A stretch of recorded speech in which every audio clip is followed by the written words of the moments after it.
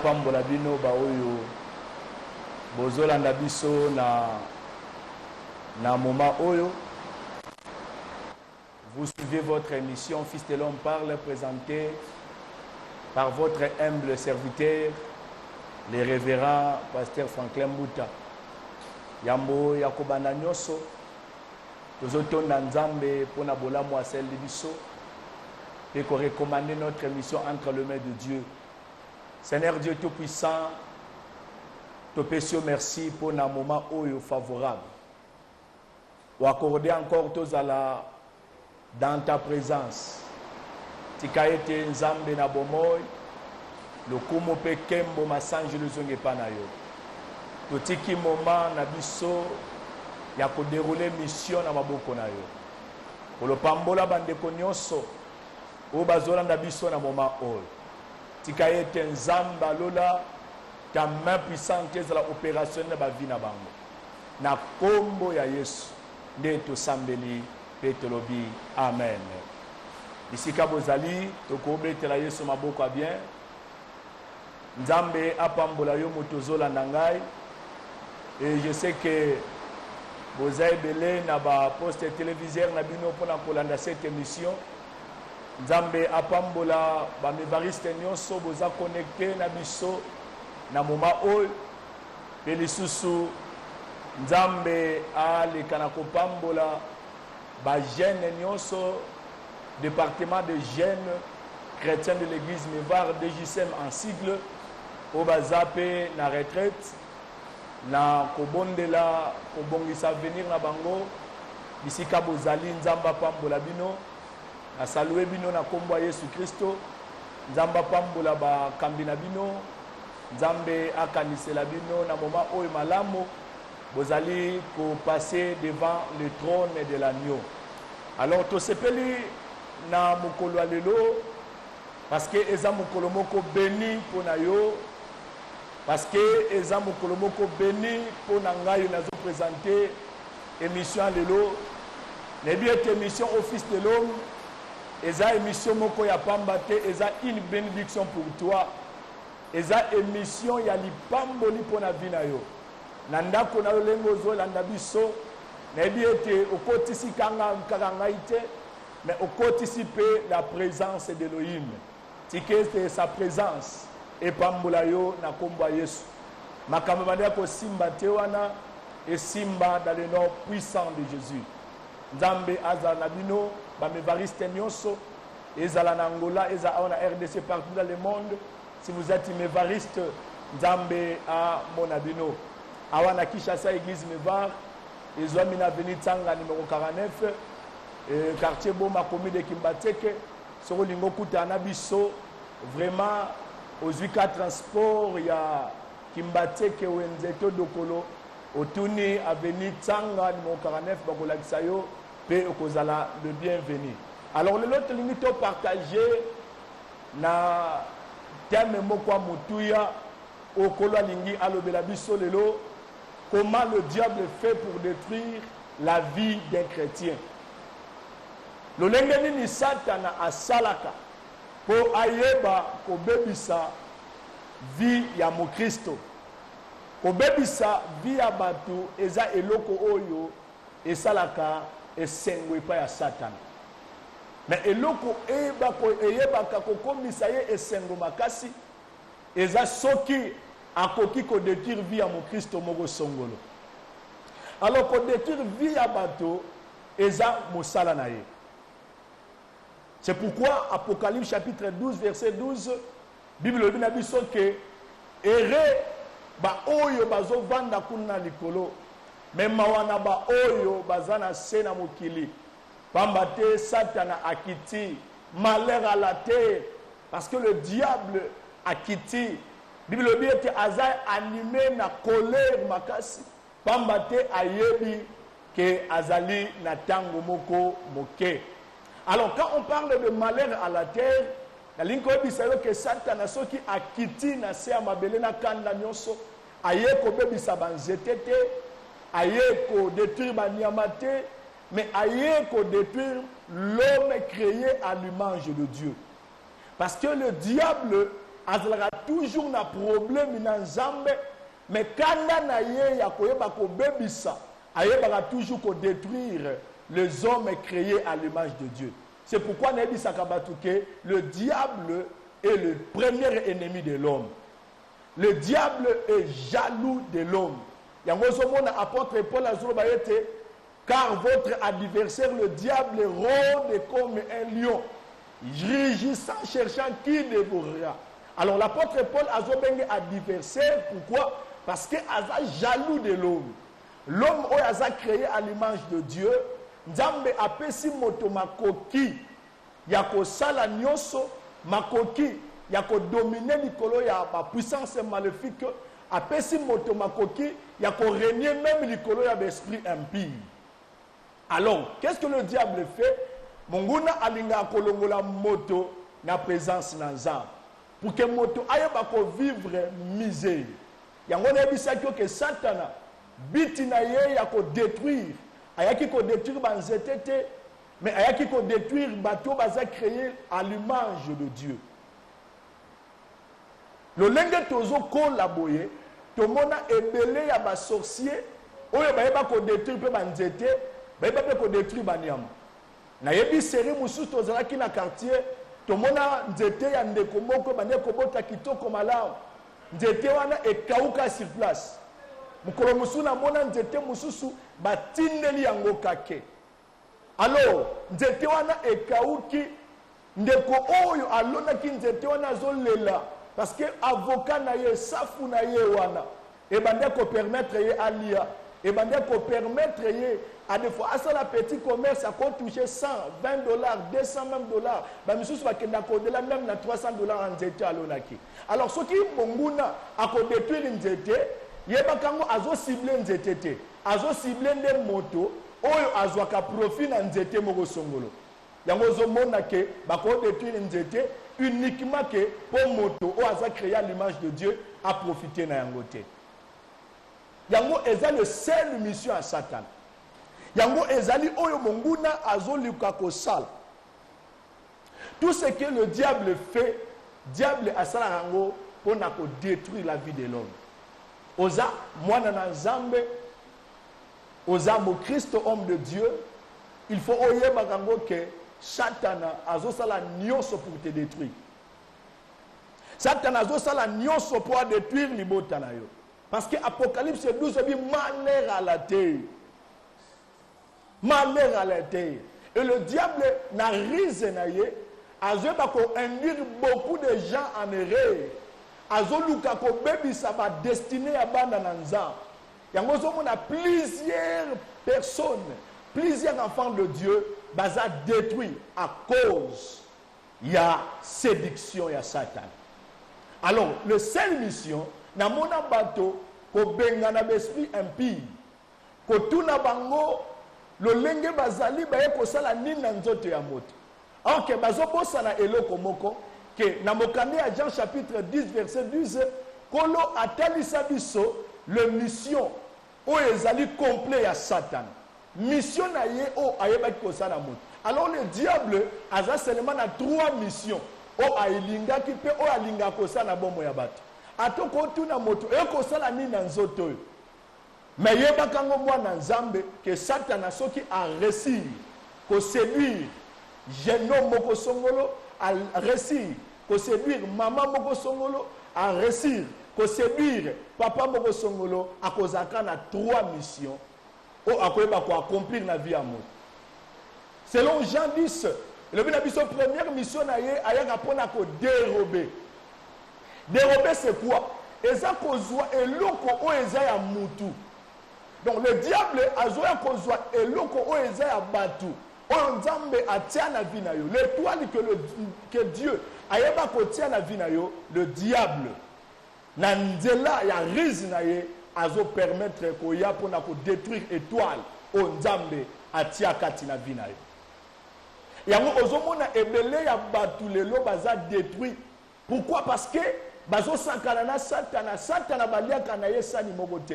Parce que ate apesi yo mbongo akisi, ate atindeli yo ba plein, suka nango akoyeba ko détruire ta vie. suka nango azana profit moko ya koyiba oyo nzambe apesa yo. Batu oyo bazo travailler na satana bazo yiba bango nde oyo nzambe atia malamu kati na bango. Ya mibale ayaki le diable mission na ye na vie ya moto eza pona ko égorger, ko boma ba destinée ya bato ebele, ko boma ba vie ya bato ebele, ko boma misusu pe physiquement. Combien de personnes, combien des enfants de Dieu oh bazalaki na étoile bandaki ko matame malamu, mais aujourd'hui bazali sous na bomo été parce que le diable a réussi ko détruire ba vie na bango. Et troisième aye pona ko détruire. Alors ceux qui Satan aye na ndako na yo musala na ye akosala akobebisa nyoso ya malamu nzamba tiaki, akobebisa musala na yo, akobebisa ba programme na yo, akobebisa avenir na yo, même akobebisa avenir ya bana na yo. Yango zo mona etuluku ya batulelo baza détruit. Pourquoi? Parce que bazo tala le monde. Bible na biso n'aimez pas ce monde. Ba oyo bazo linga mokili baza nzambe te. Pourquoi? Parce que le diable travaille avec les choses du monde pour na ko séduire ko bebisa ba oyo baza na image ya nzambe. Alors le diable mission na ye azoya ko détruire bato, mais mingi posa na ye ya makasi ezali ko détruire ba oyo baza na elembo ya nzambe. Les hommes appelés, les hommes choisis de Dieu. Ne bango baza cible na ye. Azalaka na esengo ce qui a détruit vie ya mwana na nzambe atamoko. Alors yango ayebaka ko multiplier ma stratégie, ayebaka ko multiplier lo lenge na ko salela makambo pour na ko détruire o ezali vie ya bana na nzambe. Alors à des fois ozo lia mama, ozo mela, ozo sepela, mais le diable azoluka lo lenge ni na ko bebisa libala na yo wana. Obali batu ba sepeli ba beti maboko to beti milolo, c'est bon, mais munguna azoluka moya ko détruire libala na yo. Oui, ozui mosala gloire à Dieu. Mais en réalité, monguna azoluka lo lenge ya ko détruire mosala na yo. Mosala ministère ezokene malamu, c'est bon, mais monguna azoluka lo lenge ni na ko détruire ministère na yo. Jeune ozotanga, c'est bon, ozokende kelas, mais monguna azoluka lo lenge ni na ko bebi sa fitir na yo afin que même beti lezo sala ezala ya pam. Tikete nzambe oyo apesa rabatu makoki, oyo apesa rabatu mayele, apesa yo pe mayele. Pourquoi? Parce que tu es dans un monde moko où le diable azoluka jamais kotika bana na nzambe ba réussir. Makamboso comme difficile na ebele ya bana na nzambe. Et puis bana na nzambe ebele ba moni lokola nzambe azana bango te. Mais tika ete na bisa yo silence ya nzambe eza égal absence na yete. Ozolanda nga ya adefo zumi tuna makambo eza ndenge na kwebisa yo ke nzambe oyo akela yo azana ba plan merveilleux pour na vie na yo. Mais eloko esengeli osala otika accès pa ya satana te ya ko détruire ta vie. Ebele ya batu ba vina bango ebebi. Pourquoi? Parce que basali association na diable. Ebele ba teki ba destiné na bango. Ebele ba teki ba famille na bango. Yaya ozolanda nga adefo ba teka vina yo. Adefo ba teka libota na yo. Ozoluka moya ko s'en sortir mais simba te.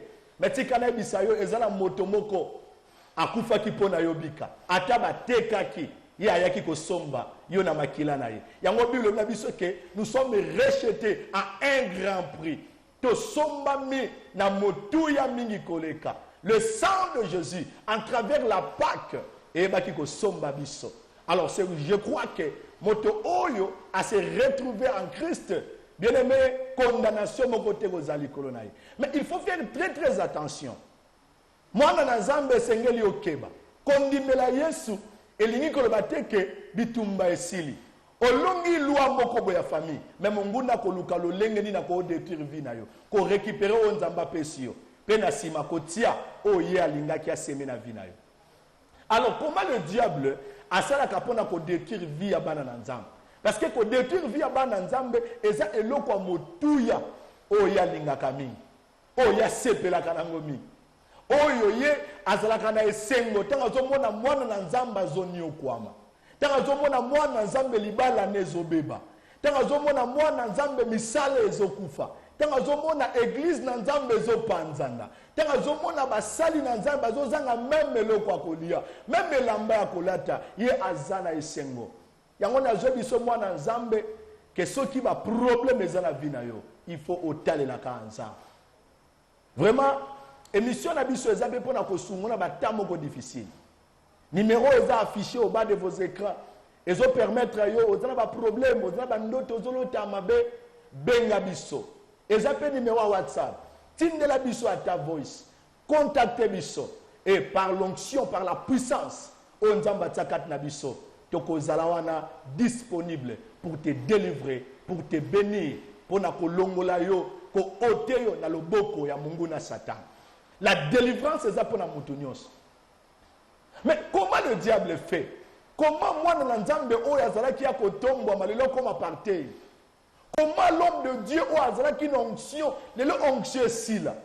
Comment moto o nzambe a tombola ki a élevé qui devant les hommes, le comme apartheid? Nini yango esalaka ke moto nzambe apesi lipamboli mais azanga lipamboli. Nini yango esalaka ke jeune fille oyo nzambe atie makambo malamu liboso na ye libala malamu liboso na ye mais apeta yango si facilement. Alors le diable a multiplié sa stratégie pour ayeba kozwa yo mwana na nzambe. Mais nazo sambela quelque chose ba stratégie na ye. Akolonga yo te moto zolanda nga na mukolo alelo na kombo ya Yesu Christ. Na lobaka na batuke na église na yebisaka batuke même ceux qui satana angulumi 10 000 fois 100 000 fois ceux qui nzambe abateli yo akosalelo ko mokote na vie na yo. Et je crois que na nzambe oto bondelaka asalaka au-delà ba penser na biso. Alors tant azo multiplier ba stratégie, premièrement stratégie na ya salaka ayebaka ko toucher ko détruire la spiritualité d'un enfant de Dieu. Et loko liboso ya ngwana il faut toucher nos spiritualités na yo. Parce que ayebi soka toucher spiritualité na yo comme faible. Ayebi que soka toucher spiritualité na yo akaboli yo na nzambe. Et ba nzambe bele ba comme faible spirituellement. Ba sala nzambe ebele ba comme faible spirituellement. Ba sala nzambe pe ba nzambe bele bazo koka kolonga lisu satana te parce que dans la spiritualité satana simbi bango. Au nom de Jésus pour na bango et communier sans effet. Or que liboso a kombo Yesu. Bible biete milimo no se tosa. Pe ma bolongo no se gumba mela. Mais comment ça fait-il que moto azo sambela mais monguna azo kwa kako détruire vina. Au bon de 3 heures du temps, mais na butu ba fini au kingo. Au côté retraite mais quand na retraite, ba mari ba femme de nuit, bazo ba ko manifester na vina yo. Pourquoi? Parce que spirituellement on comme faible. Pourquoi? On comme faible parce que diable a touché spiritualité na yo, o ezali eloko moko essentiel pour na mwana na nzambe. Mais pour na ko toucher spiritualité ya mwana na nzambe. Qu'est-ce que le diable fait? Le diable a yebaka comme ma moto na négligence ya vie à prier, pe manque ya pratique, ya parole de Dieu. Ce sont les deux choses où ezalaka cible ya Satan. Qu'on longola mutu na présence ensemble dans la prière, qu'on le semble comme difficile pour nayo, qu'on ba réunir à prière, il y a département nayo comme difficile pour nayo. Alors pendant que yo mona au télémina télévision, au théâtre, mais pendant tout ce temps-là, Mungu naza coopérer na scène na vie nayo. Oh surtout quand se manifester et comme trop tard, moi na obande ko bomba malamu akufi. Musala obande ko lesa ye kwei. Boutique et quoi parce que négligence à vie de prière côté. Et puis ami balé akoyeba ko simba vinayo po oyeba ko tosa maloba nzambe te. Ako mema yo na négligence ya prière pe ako pousser yo ya koyeba ko désobéir na parole de Dieu. Alors la désobéissance de la parole de nzambe et même la kabiso ba malédiction et belé. Et fongola ka porte na Satan. Yango Christ na Luc 18 après ça baye ko li cesse pour na kotelisa bango il faut toujours prier. Parce que la prière est très très important. Alors ceux qui a même une négligence na vie de prière il y a moins dans nzam. Ceux qui a même une désobéissance à la parole de Dieu a touché de la spiritualité na yo. Spiritualité na yo. Parce que ayebi ceux qui spiritualité na yo a touché. Akoko kota facilement, akoki ko manipuler facilement. Après qu'on séduire facilement parce que quand a touché spirituel tenayo ayebi ko éloigner la présence ensemble bengo akoko kisalo lengi asala ki na eden aya na rize na ye kotuna Eve est-ce que nzambe apekisaki bino ayebisaki bino bolia bambuma nyonso esobe ne esika Eve a dévoilé secret que Seigneur alobaki na kati ya elanga tolia nyonso mais kaka mbuma ozara au milieu du jardin tolia ngote le diable aye na rizi na ye ebisi bango soki bolie bokufa te mais mise refungama oui baliaki mise fungamaki mais après nini salamaki bien aimé bakomaki éloigné séparé na présence ya Nzambe alors soki moto akomi éloigné pe akomi séparé na présence ya Nzambe moto ako vivre vie moko ya passe jeune ozolanda ngai papa ozolanda ngai monguna Satan azana besoin ya ko détruire ta vie alléluia azana besoin ko détruire ta vie azana besoin ko sili sa vie na yo parce que ta vie de prière est important. Ce qui a côté il y a négligence à prier, il y a négligence à obéissance à la parole de Dieu, sachez-le bien, à déconnecter yo na likolo. Li pamboli na nzambe ko kitalisu na vie na yote. Makambo ko kwe yape makambo yo kangam. C'est pourquoi dans Agé chapitre 1 verset 9, Zamba zoba na bana Israël, vous comptez sur beaucoup et voici vous avez eu paix. Bozo kanisa bozwa ebele. Mais bozo mouké. Pourquoi? Parce qu'à cause de la maison de Dieu, eux, ils ont détruit. Quand est-ce que la maison de Dieu a détruit? Lorsque le peuple de Dieu va négliger l'essentiel. Oh, Nzambe a saban. Va négliger vie à service. Va négliger la prière. Pe ba tie ma commandement ya Nzambe musika na bango. Alors, pendant qu'on y va ko zongi sabango encore na vie à malam, il fallait que Nzambe, dans Agé chapitre 1, verset 14, a réveillé l'esprit des Zorobabel le gouverneur, puis a réveillé l'esprit de Josué le sacrificateur. Pour nanini, pour baïba ko komi sa temple au lisusu, et lengi, makasi koleka, baïba ko manifester, ko réparer le temple de Dieu. C'est pourquoi, quand on va réveiller l'esprit dans bango, Zacharie nde abazo talisa biso deuxième gloire, il y a deuxième maison. Nzambe apambola yo. Bazo talisa biso la deuxième gloire de la deuxième maison. Alors, on comprend directement que tant Nzamba s'est manifesté à réveiller l'esprit à bananaye, qu'on réveille l'esprit, et dit que Nzambe à côté si bango encore na vie de prière, puis à côté si bango na esprit pour mettre en pratique la parole de Dieu. Parce que biloko wana mibale yango Satan a permetaka ayeba ko détruire spiritualité na yo. Parce que soit détruire spiritualité na yo, a détruire nyonso ya vie na yo. Et loko liboso o mungu na sala kapona ko détruire vie mo Christ, alouanyo na vie de prière. Mama ozolanda nga papa ozolanda nga. Combien de fois au sambela? Comment au kendaka église? Ebele ba comment au kende église? Kolakisa bilamba na bango. Ebele ba comment au kende église? Kolakisa connaissance au bazala. Ebele ba comment au kende église na comparaison. Ebele ba comment au kende église kotala baninga. Ebele ba comment au kende église bo batu baye ba kasambela. Mais biso de kendaka église po toye ba ko kende ko kutana na nzambe pe ko zala instruire. Pour la biso église ezolokola école auto kende ko yekola bongo to kuzuya ko appliquer na monde. Alors eleki mala mwana nzambe o battre la spiritualité na yo, o battre la vie de prière na yo, o banga nzambe, o tosa, o mettre en pratique la parole de Dieu, parce que ezaka des choses o combattre la spiritualité na yo, vie de prière, vie à cause de la même na assemblée ya ba santu pe vie ya kotosa liloba ya nzambe. Nzambe apambola yo, nzambe azala na yo. Je crois nazo bengisa yo na milulu kitoko tozanango semaine o tozobanda 2 journées mobimba o tozanango te bengo 2 jours ciel ouvert. Tozala avec l'homme de Dieu le pasteur Genève Koui. Nangamo les révérends, pasteur Franklin Mouta, fils de l'homme.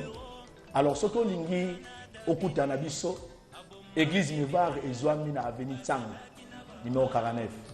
Yaka, tokutana yaka na problème chaque vendredi nazo yamba batu yaka tokutana soko zui bis ozo kende kimbate kedokolo ba kitisio na arène nzambe malamu to arène moka kintwadi wana otuni avenue Tsangani no 49 révérend Franklin Mbuta église Neva okutana biso nzambe aozanga te kopambola amen tigete kolo apambola bino akanisela natangi na bible balobi na ngai y'a pas un héros sans la guerre moto babengi Goliath azalaki héros ava babunda na Davidi abomaki